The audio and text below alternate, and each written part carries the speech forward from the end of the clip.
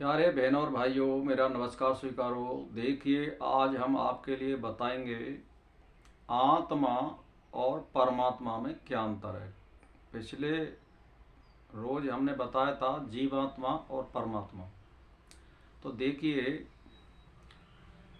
जीवात्मा जो होती है उसमें अग्नि तत्व साथ रहता है, और जब इस जीवात्मा में से तप से, योग से, आचरण से, मंत्र जाप से दीर्घ काल और निरंतर जब करते हैं तो अग्नि तत्व छूट जाता है। वो फिर इसी जीवात्मा का रूप आत्मा हो जाता है। अब इस आत्मा में कुछ ना कुछ संकल्प विकल्प रहते हैं, या कभी कभी मन में कोई विकार उत्पन्न होता है, या कोई इच्छा प्रकट करने की मन करता है, तो ये आत्मा मतलब मोक्ष को प्राप्त नहीं कर सकती है। तो आत्मा में जो कुछ विकार है, इसमें पाप और पुण्य कुछ नहीं रहेगा, तब इसकी मुक्ति होती है। मान के चलिए, आत्मा शुद्ध का मतलब होता है जब इसमें से अग्नि तत्व निकल जाता है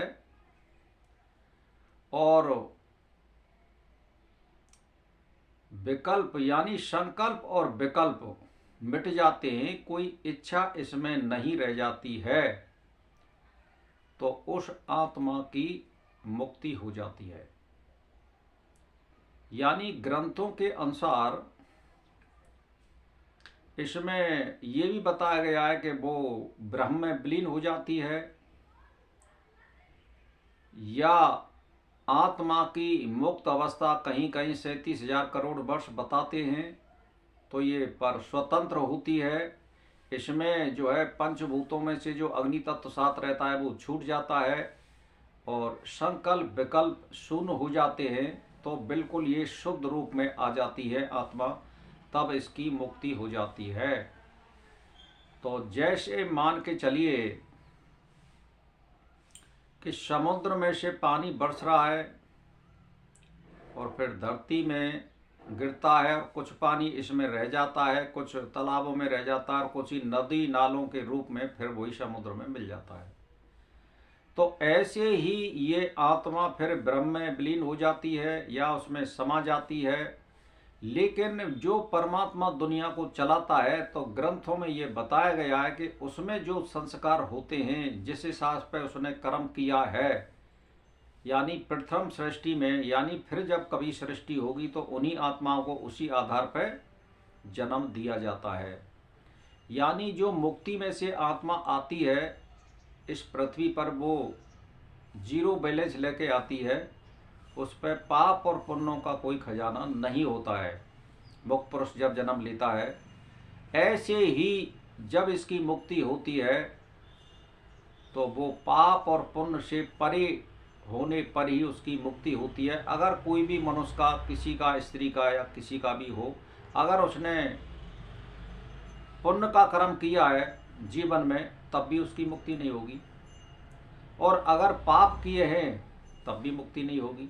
तो यहाँ मुक्ति का मतलब है शुद्ध और साफ संकल्प और विकल्प बिल्कुल नहीं होंगे, कोई आत्मा में विकार नहीं होगा, कोई इच्छा नहीं होगी, कोई राग द्वेष नहीं होगा, तब उसकी मुक्ति होती है। तो एज ये परमात्मा में जो गुण होते हैं वो आत्मा में होते हैं, बशर्ते आत्मा सृष्टि और प्रलय नहीं कर सकती है, बाकी सब कार्यों को करने में समर्थ हो जाती है आत्मा।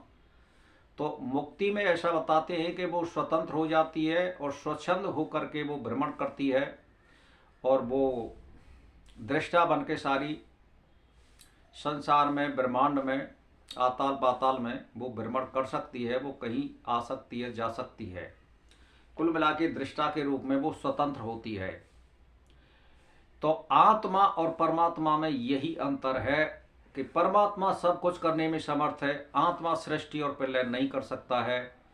बशर्ते आत्मा शुद्ध रूप में आवे और एक मुक्ति की अवस्था में आ जाती है, तब वो बिल्कुल शुद्ध और साफ हो जाती है एज ये परमात्मा। बशर्ते बस केवल वो सृष्टि और प्रलय नहीं कर सकती है, बाकी सभी कार्यों को करने में वो समर्थ होती है, क्योंकि इसकी उसमें इतनी सामर्थ्य नहीं होती है। तो भाई और बहनों, परमात्मा में और आत्मा में यही अंतर है कि परमात्मा सब कुछ कर सकता है, आत्मा इन दो वस्तुओं को नहीं कर सकती, सृष्टि और प्रलय। बाकी सभी कार्यों को करने में वो समर्थ है। और मैंने आत्मा का पूरा रहस्य आपको समझा दिया है। इसी का ध्यान करिए, इसी का जाप करिए, इसी के आगे समर्पण होजिए, क्योंकि हमारी आत्मा आपसे मुक्ति की अपेक्षा रखती है, आशा रखती है। तो मनुष्य जन्म का मतलब यही बताया गया है कि परमात्मा की शरण में स्मरण करते हुए उसी का 24 घंटा हम ध्यान करें, जप करें। और संसार तो ऐसा है कि जो परमात्मा ने पिछले कर्मों के अनुसार हमें दिया है वो मिलता अवश्य रहेगा। अगला जीवन निर्माण करने के लिए या मुक्ति प्राप्त करने के लिए तो अच्छे ही कर्म करने पड़ेंगे और उसकी शरण में और स्वभाव से और कर्म से और आचरण से हमें बिल्कुल सत्य मार्ग पर चलकर परमात्मा की एक शरण में जाकर के हमें ये विनीत भाव से आत्मा की ओर से अहंकार को छोड़ करके हमें परमात्मा के आगे समर्पण होना पड़ेगा और अपने आचरण में बिल्कुल बदलाव करना होगा। तो हमें सारी चीज़ प्राप्त होंगी, यानी मुक्ति हमें प्राप्त होगी, या जन्म में नहीं तो अगले जन्म में सही, लेकिन शुभ कर्म से ही सारी चीज़ प्राप्त होती है, अशुभ कर्म से कोई चीज़ प्राप्त नहीं होती है। आत्मा और परमात्मा का मतलब मैंने आपको समझा दिया है। भाई और बहनों, मेरा इसी के साथ नमस्कार स्वीकार हो।